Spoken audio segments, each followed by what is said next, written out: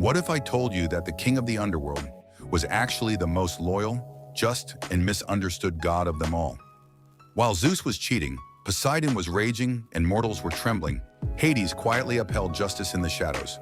Welcome back to Divine Chronicles Legends of Immortals, where today we're going to restore the honor of a god who's been falsely labeled for centuries. Grab your torch because we're diving deep into the shadowy realm of Hades, not to fear him, but to understand him. Most of us were introduced to Hades through movies like Hercules, where he's portrayed with blue flames for hair, a wicked cackle, and a plan to overthrow Olympus. But the real Hades in Greek mythology? He didn't care about Olympus. He wasn't evil. In fact, he never betrayed his brothers, not even once. In the mythological family tree, Hades was the elder brother, born before Poseidon and Zeus. After they overthrew their tyrannical father Cronus, the three brothers divided the world by drawing lots. Zeus got the sky, Poseidon got the sea, and Hades, well, he drew the underworld, and he accepted it. No complaints, no rebellion. Unlike Zeus, who chased women across realms, or Poseidon, who caused tempests on a whim, Hades was disciplined. He had one partner, Persephone. And yes, the story of her abduction raises questions, but it's worth noting that, unlike Zeus or Poseidon, Hades stayed loyal. Here's the twist few people know. Hades wasn't just the god of the dead, he was also the god of wealth. In Greek, Pluton means wealth giver. Why? Because he ruled over all things beneath the earth, precious metals, minerals, and even the seeds that sprout in spring.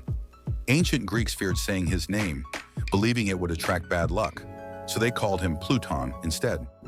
That's where the Roman god Pluto comes from. Rather than being a grim figure, Hades represented the silent power that sustained life.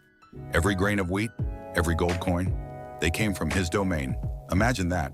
While the gods of Olympus were throwing feasts and starting wars, Hades was managing the treasury of the earth.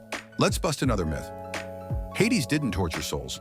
That job belonged to the judges, Rhadamanthus, Minos, and Aeacus. Hades built the kingdom, but he didn't swing the gavel.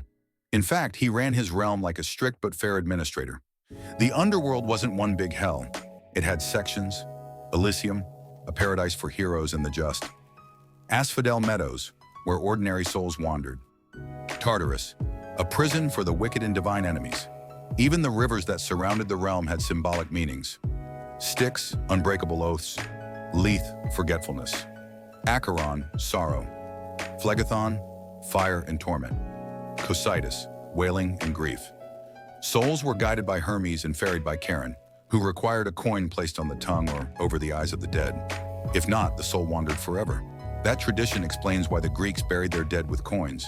It wasn't greed, it was passage. Let's jump to a real-world story.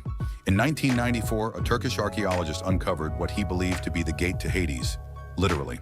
At the ancient site of Hierapolis, modern-day Pamukkale, he found a cave emitting toxic gases where animals dropped dead instantly if they got too close. Locals had long believed it was the entrance to the underworld. In ancient rituals, priests would bring in animals as sacrifices. The priests themselves somehow survived, perhaps by understanding airflow and staying above the lethal carbon dioxide. What's fascinating? This cave, known as plutonium, wasn't feared as evil. It was respected, it was sacred. It reflected the Greek belief that Hades wasn't malevolent, but powerful and unforgiving of ignorance. That belief teaches us something crucial. The line between fear and reverence depends on understanding. If you ran a kingdom of the dead, who'd be on your team? Hades had his crew, and yes, they were intense.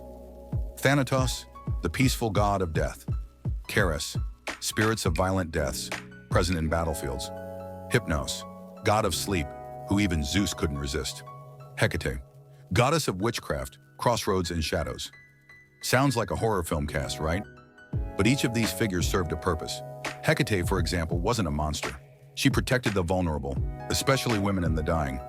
In fact, her legacy continues today. Wiccans often revere her as a symbol of feminine power. Story 1. Hercules and Cerberus. As part of his 12 labors, Hercules had to capture Cerberus, the three-headed guard dog of the underworld.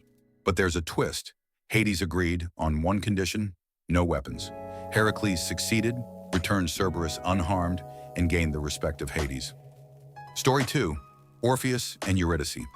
Orpheus begged Hades to return his dead wife. His music moved even Persephone to tears. Hades agreed, but with one rule: don't look back until reaching the surface. Orpheus broke the rule. It wasn't cruelty that doomed him, it was doubt.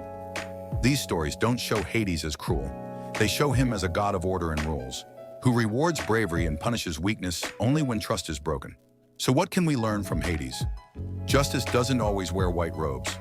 Power isn't about volume, sometimes it's in silence.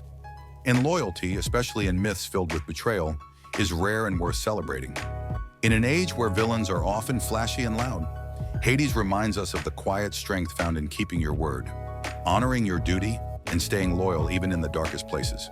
So the next time you hear someone say, Hades is evil, ask them this, or is he just misunderstood?